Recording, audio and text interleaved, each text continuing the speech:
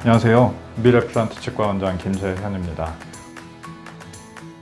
오늘 살펴보신 내용은 앞에서 봤던 내용 중에 어르신들에게 나중에 필연적으로 나타날 수밖에 없는 구강건조증에 대해서 말씀을 드려볼까 합니다. 말 그대로 입이 바싹 마르는 질환이에요. 침을 만들어내는 기관들이 입천장이나 혀 밑에 볼 쪽에 이렇게 구멍들이 있어서 침이 많이 나오게 되는데, 연령이 증가함에 따라서 점점 기능이 떨어져요. 침을 생산하는 양이 줄어들게 됩니다. 그러면 자연적으로 점점 입이 말라가요. 오랜 시간에 걸쳐 지속되기 때문에 환자분들은 잘 못 느끼고 계시는 경우가 많습니다. 성인의 경우 1에서 1.5리터 정도가 하루에 침이 나오게 되는데요. 활성화됐을 때, 자극이 들어왔을 때, 예를 들면 신 거를 먹었다든지 아니면 식사를 하실 때라든지 그럴 때 빼고 가만히 있을 때도 침이 일정량이 나와야 되는데, 가만히 있을 때 침이 나오는 양이 0.1ml 이하면 구강건조증이라고 진단을 하게 됩니다. 구강건조증을 일으키는 원인은 굉장히 많아요. 대표적으로 어렸을 때 어린 성인들에게서부터 나타나는 건 쇼그렌 증후군이라고, 침샘 자체가 기능이 없는 경우예요. 일찍부터 알 수 있기 때문에 그런 경우는 제외하고, 연령에 따라서 한 것 외에도 드시는 것에 약간 문제가 있어서 영양소가 결핍이 된다든지, 빈혈에 의해서 발생이 된다든지, 드시는 약이 여러 개여서 그거에 따라서 침이 적게 나온다든지, 우울증에 관련된 약을 드신다든지, 항생제를 드셨다든지, 요즘에는 암에서 회복되신 분도 많으니까 암 치료할 때 방사선을 쬐게 되거든요. 방사선에 침샘이 취약해요. 침샘이 기능을 못하게 되는 경우가 있어요. 그런 때는 암치료 기왕력이 있으시다면 대부분 입안이 건조한 상태로 있게 됩니다. 천천히 회복은 해요. 하지만 회복을 잘 못하는 경우도 있어요. 그러면 이런 경우에 환자분들은 어떻게 표현을 하시냐? 첫 번째로 음식물을 잘 못 삼키세요. 어르신들이 굉장히 오래 씹고 음식물을 잘 못 삼키시고, 한번 삼킬 때마다 자꾸 옆에 물을 같이 드신다든지, 아니면 틀니를 넣고 뺄 때 굉장히 아파하시거나 틀니 자체를 끼고 식사하는 걸 굉장히 어려워하세요. 원래 침이 약간 윤활유 역할을 해줘서 틀니가 잇몸 위에 이렇게 얹어져 있을 때 약간씩 움직이게 되거든요. 이럴 때 조직과의 마찰을 줄여주는데, 침이 없으면 금방 까져서 빨갛게 되거나 하얗게 살이 벗겨지거나 그렇게 보이게 됩니다. 그리고 맵거나 짠 거를 드실 때 특히 더 아프다고 표현을 많이 하시고, 침샘에 있는 소화 효소 아밀라제 또는 요즘에는 아밀레이즈라고 배우는데, 그런 것들이 역할이 떨어지기 때문에 소화도 조금 떨어지죠. 속이 더부룩하다거나 밤량을 많이 못 드시거나, 틀니를 쓰시는 경우에는 특히 틀니 주변을 음식물이 가득 끼게 돼요. 그리고 틀니랑 입술의 마찰력 때문에 자꾸 입술을 이렇게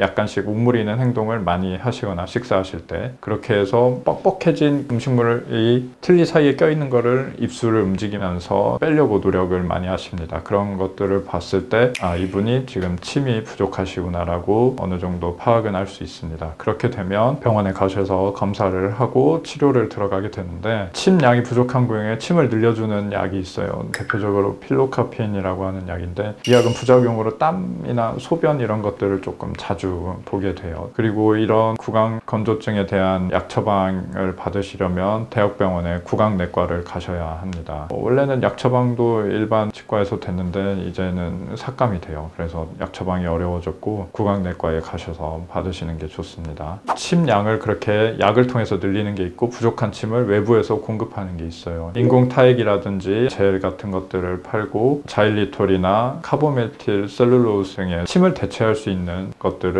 조금씩 입안에 넣게 됩니다. 근데 이거는 내 몸에서 나오는 게 아니라 외부에서 약간 물 마시듯이 계속 섭취를 해줘야 되는 거라서 상당히 불편감이 있죠. 이거 외에 댁에서 할 수 있는 것들은 무엇이 있느냐? 사실 그렇게 많지가 않아요. 항상 입안을 촉촉하게 해야 되니까 물을 계속 조금씩 드신다든지, 자극이 갔을 때 침이 많이 나오니까 무설탕 껌, 자일리톨 같은 거 껌을 드신다든지, 아니면 입으로 숨 쉬는 거를 안 하셔야 됩니다. 근데 그건 조절하기가 어렵죠. 어르신들이 턱이나 안면 근육에 힘이 빠져서 입이 벌어지게 되면 자연적으로 조금 구호흡이 될 수밖에 없는 환경이 있어요. 그렇지 않다면 최대한 입으로 숨쉬는 호흡은 피해야 됩니다. 그리고 이렇게 침이 부족하면 잇몸병이나 치아 썩는 것들이 더 빨리 진행이 되기 때문에 항상 불소가 함유된 치약으로 양치를 하셔야 되고, 불소가 함유된 가글액을 쓰시는 것도 좋습니다. 그렇게 해서 최대한 치아 썩는 거를 막아야 돼요. 침이 없으면 치아는 정말 쉽게 썩습니다. 기어 나올 볼 다발성 우식증하고도 관계가 있는 내용입니다. 그러시진 않겠지만 술이나 담배는 구강 건조증을 더 가속화시키니까 그것들을 최대한 피해야 되겠습니다. 이상 어르신들에게서 나타나는 구강 건조증에 대해서 말씀을 드렸습니다. 식사하실 때 물을 좀 많이 드시거나 자극적인 음식에 따가워하시고 그런 것들에 대해서 크게 잘 신경을 안 쓰실 수도 있지만 이것은 뒤에 나오는 치아가 많이 썩는다든지 잇몸이 갑자기 무너진다든지 하는 것들에 어떻게 보면 전제 조건이 돼요. 그래서 이 구강 건조증을 유심히 보시고 치료를 하시는 게 좋습니다. 알기 어렵다면 어르신의 혀를 내밀어 보라고 해서